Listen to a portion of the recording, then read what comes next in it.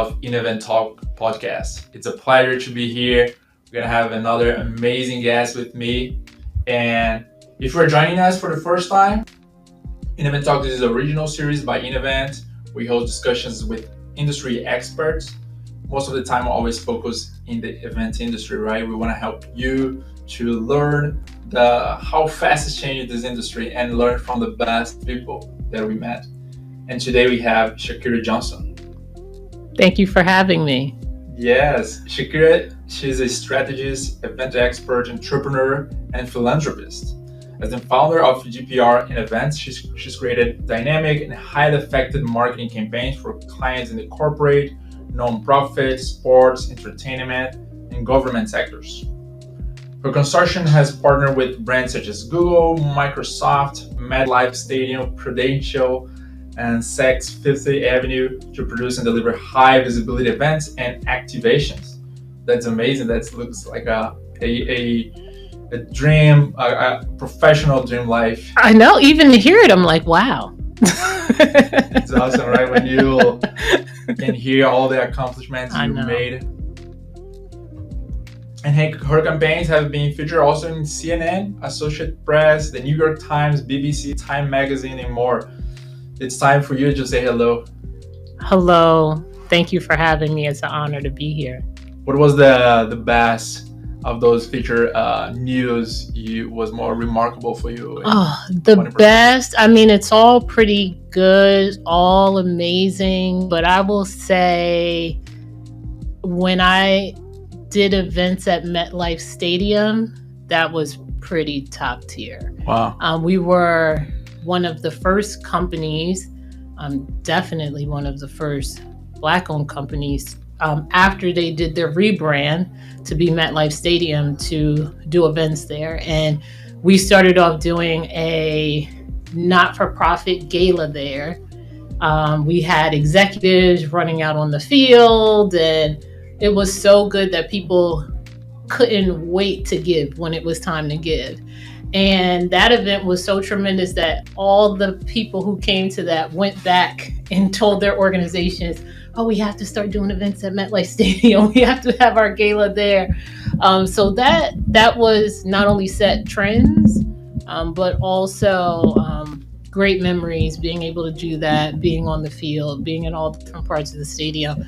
But a lot of good memories with that. Those are some of the best. I can imagine, yeah. And being a stadium, like we always look from the viewers' standpoint, right? When you are in the middle of the orchestration and behind the scenes, putting all those pieces together. In the beginning, probably it seems so impossible, right? Like, wow, how can I put all those people? We want to make the crowd feel special as well, and you don't want to see a lot of empty space because it's a big space.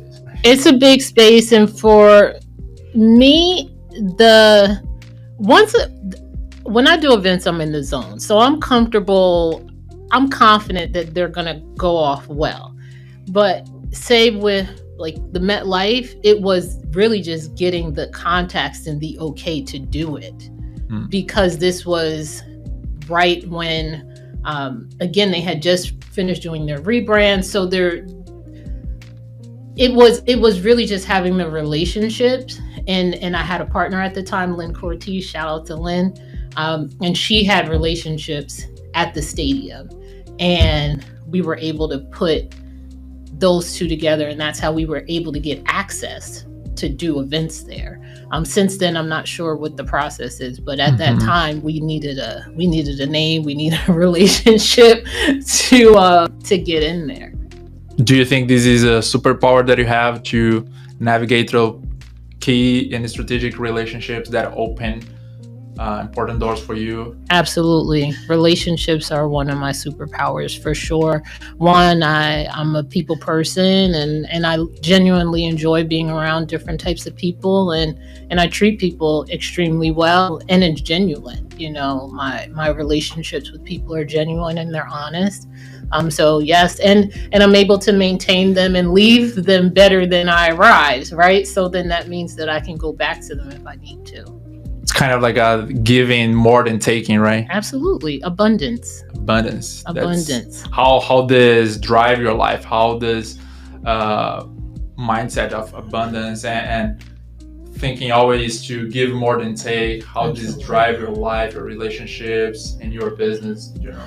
I mean, even just one, abundance, feeling like there's more than enough for all of us. So even if I just talk about the relationship I just had with Lynn Cortez, who was another event planner, actually how it all came to be is we were both vetted for the same client. There was maybe other people, but in the end, it was just us left. And the director said, there's something about you two that I want to see if you two will work together. And we together were a force to be reckoned with, because she had strengths I didn't have, I had strengths she didn't have. And between us two and our relationships and our mind, we were able to just do tremendous things. So that was from an abundance place. I don't think of things as I'm in a competition with anyone. I recognize there are people who do things that are amazing and fantastic, but I also recognize that I do the same, and there's more than enough for all of us, you know. So that's how abundance has allowed me to really work with people, allow people to stand in their light and their shine and be okay with that, for me to stand in my light and shine and be okay with that. So that, yeah, that's how abundance has shaped my career and my life.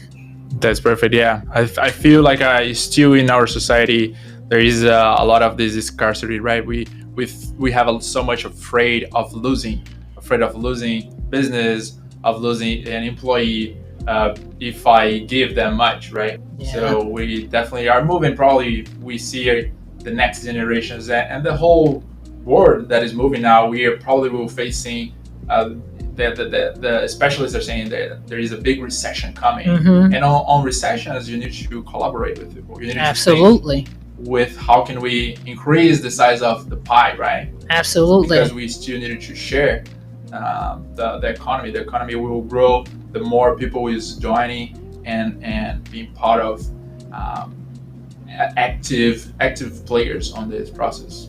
Absolutely. I mean, that's how we ended up doing more business during 2020, because in 2019 I said, you know, I want to partner with people. I want to learn from people. I want to be, you know, the least smartest person in the room, right?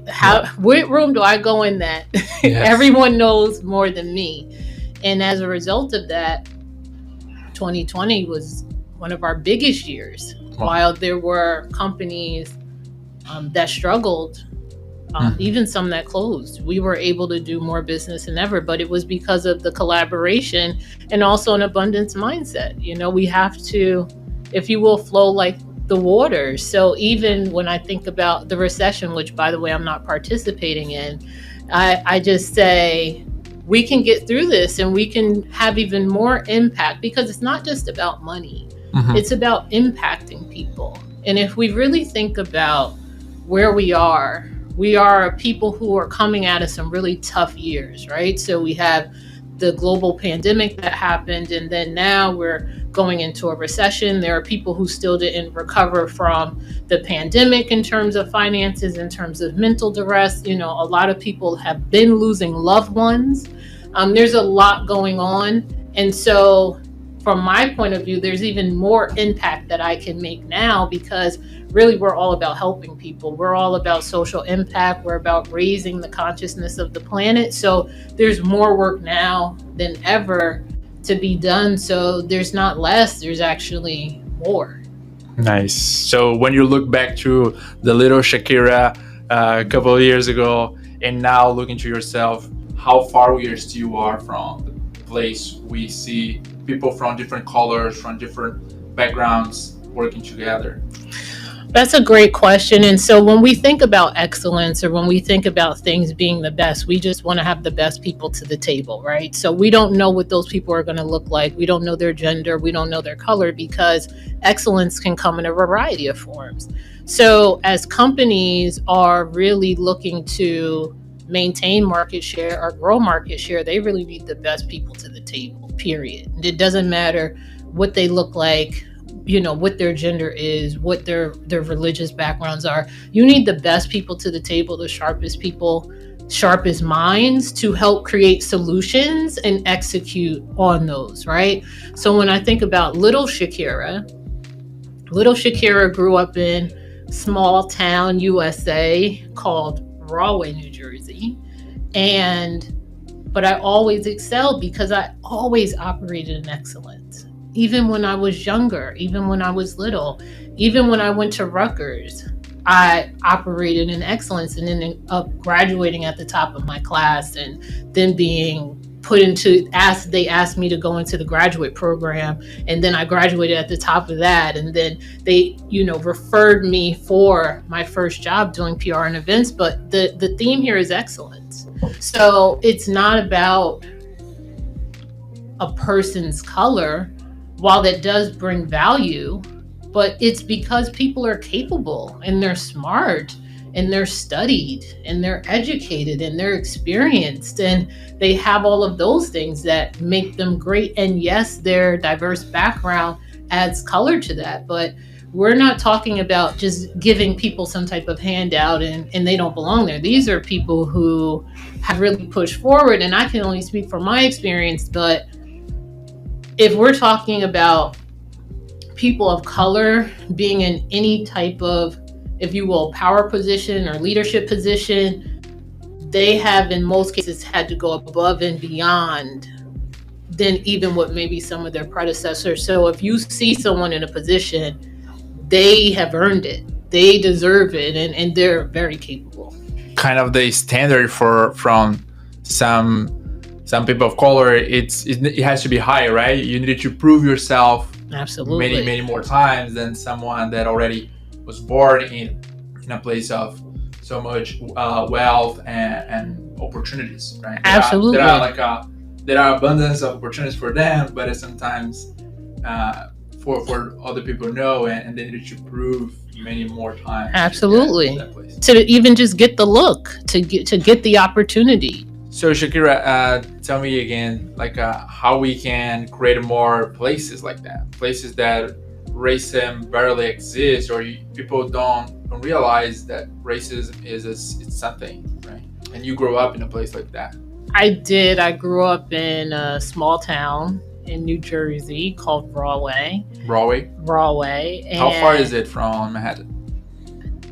Maybe 10, 15 miles. It's just over. Oh, it's just over the water, not too far. And so I grew up there, and it was a really interesting experience where I really didn't know about racism. I had heard about it, I had read about it, but in terms of my actual experience, I didn't grow up in that type of environment, because the unique thing about Rahway is that at the time, there were people who were millionaires, there were people who lived on government assistance, there were white people, there were black people, there were Spanish people. We all were together. We all hung out. We all came to one another's house. So because of that, I grew up in this almost utopian society.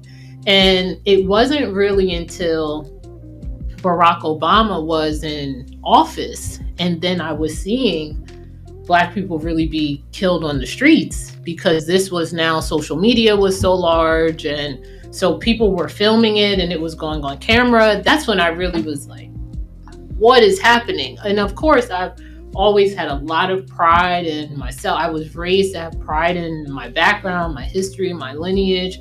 So, but that pride wasn't over another race. It was just pride in ourselves, right? So again, if we go back to the abundance, right? So it was, yes, we're happy to be us, but it didn't mean that we were better than anyone else. And so that's how we grew up. And it wasn't again until much later that I realized, okay, something is definitely off. And now I understand the dynamics behind racism and these power and these inequities that we have. And it comes from a scarcity mindset, if you will, in terms of, people don't want to leave their fancy neighborhoods and trade places with people who live in, poverty-stricken neighborhoods. They don't want to do that. And so because of that, they have this scarcity mindset, and they don't want to let go of positions, and they don't want to let people have a say at the table, and they don't want to, spread the dollars. So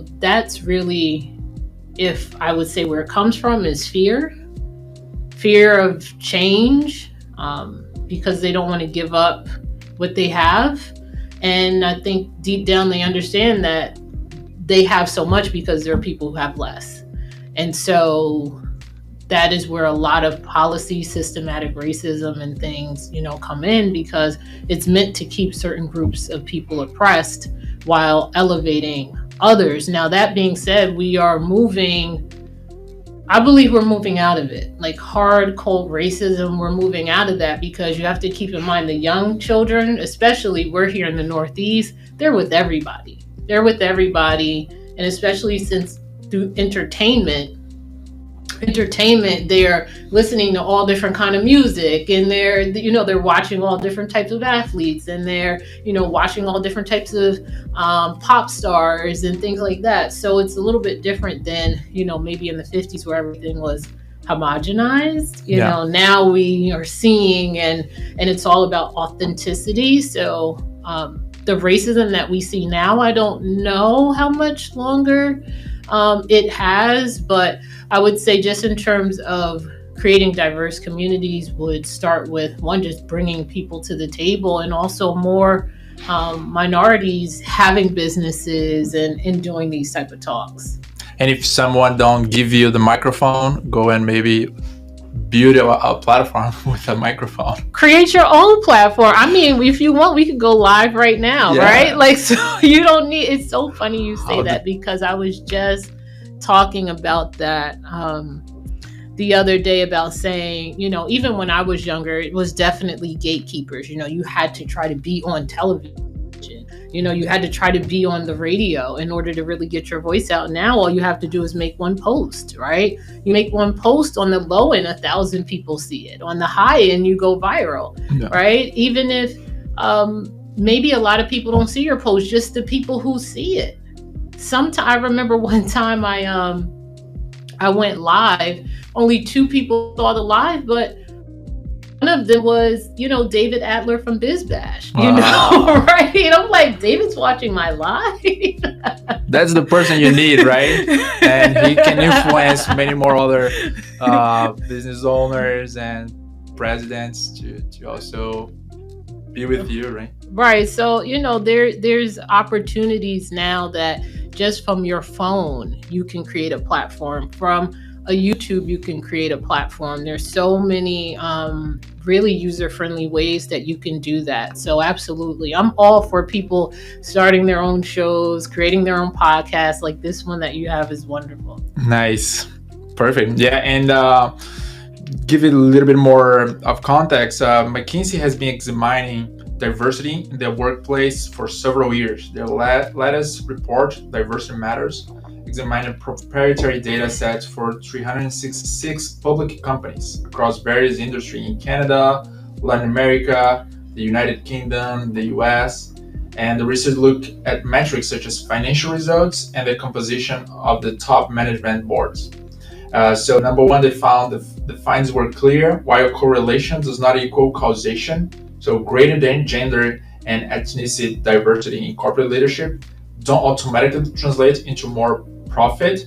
The correlate indicates that when companies commit themselves to diverse leadership, they are more successful. So going through tough challenges, tough moments, probably they are companies that can navigate those moments way better. So they are still growing while other companies were just stuck, right? Because they're more diverse. They have people that they understand different customers, right? If you have black, probably all the big companies, they have black customers. So you need to have people that also know that community and know how they speak, how they want to, how to marketing, how to make more profit from your product in that community. So it's all about understand your customers and bring the same group of people inside, right? I mean, absolutely. And consumers are demanding it also. If we look at these studies, they also show that consumers are saying who's on your board, who's at the decision-making table. How does this impact not only people, but society, government, the environment? So people, consumers are also driving these social impact strategies because especially the younger people, they are willing to, one, cancel a company. You see a lot of things being canceled. If they don't cancel you, just not use you at all, and they will even pay more for things from companies that they, know, like, and trust. So it's not even just a nice to have thing.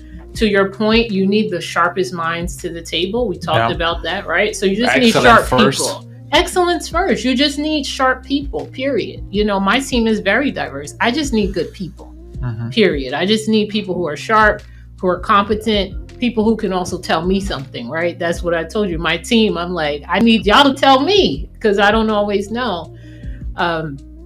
We cannot look to ourselves all the time, right? We are not in front of the mirror all the time. No, and we need to be around sharp people who say, okay, did you even just driving here? Julian and I are in the car and I'm asking him about, so what do you think about this? I want to create this. And he's just giving me a totally different, perspective with him being in Gen Z, right? Like he's giving the Gen Z perspective that I need to hear.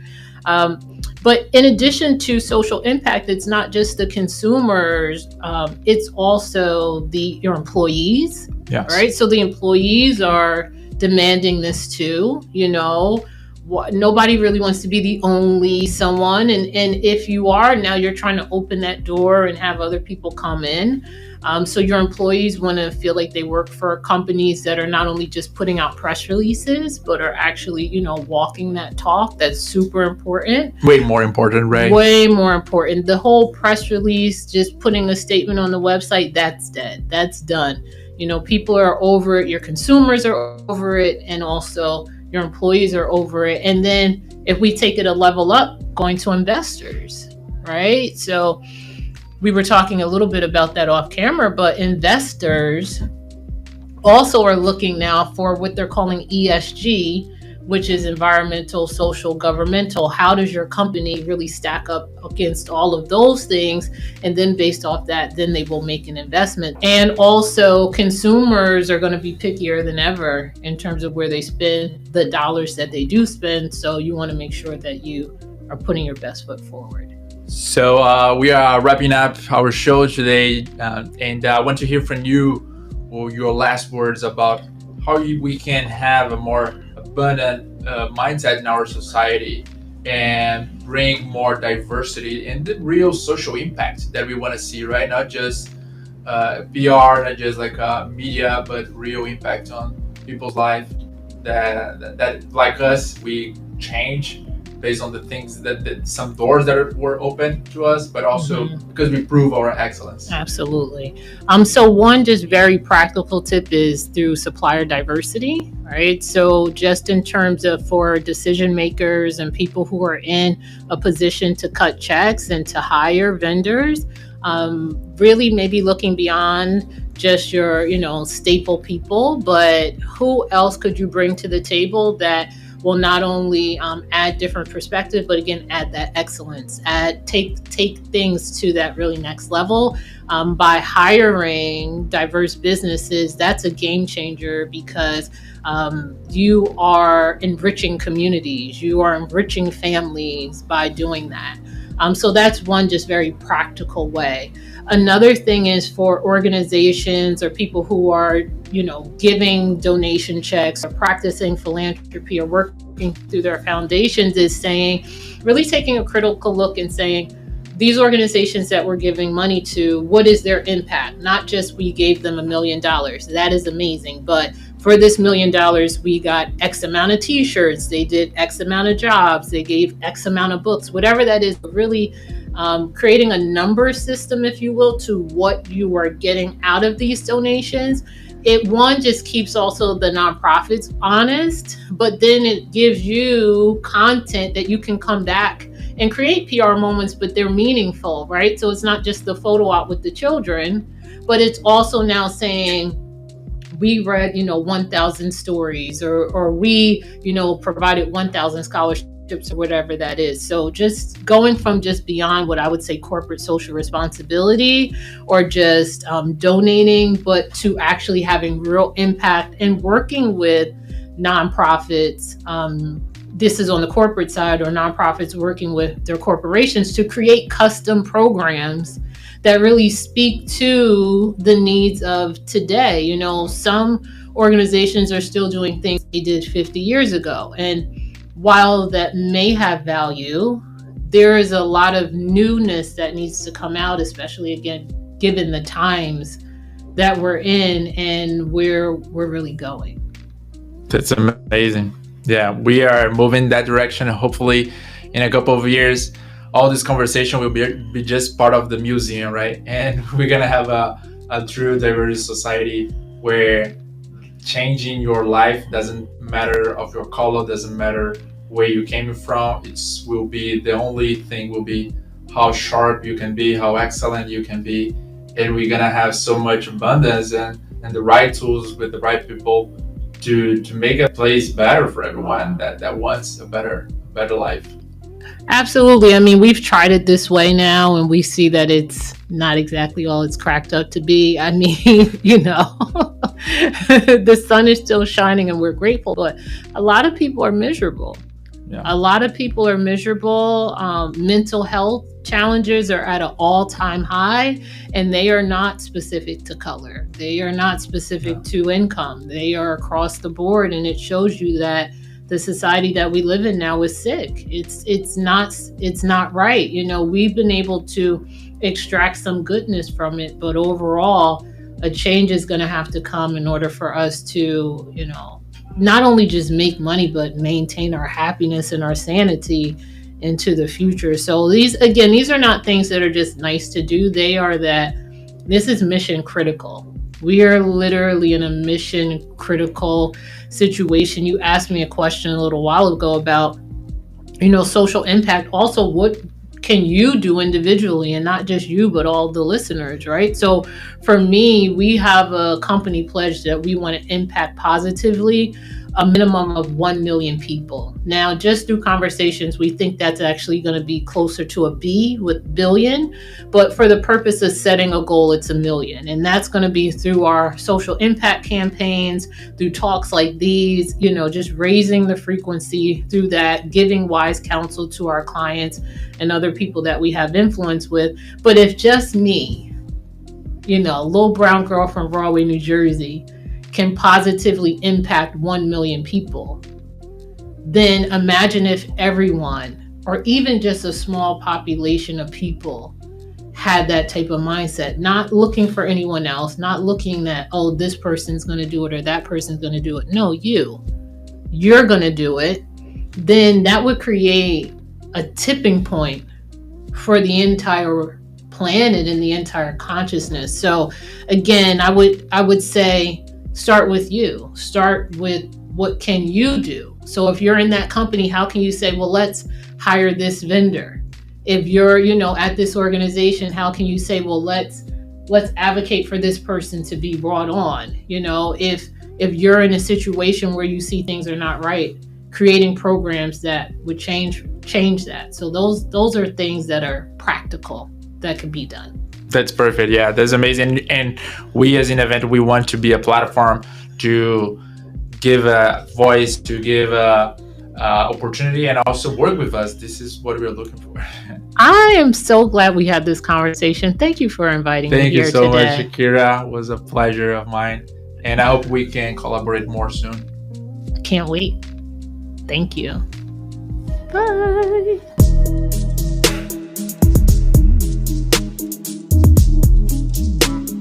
There is like a level of composure that event professionals, and especially in this industry, that you have to be able to pull off a successful event.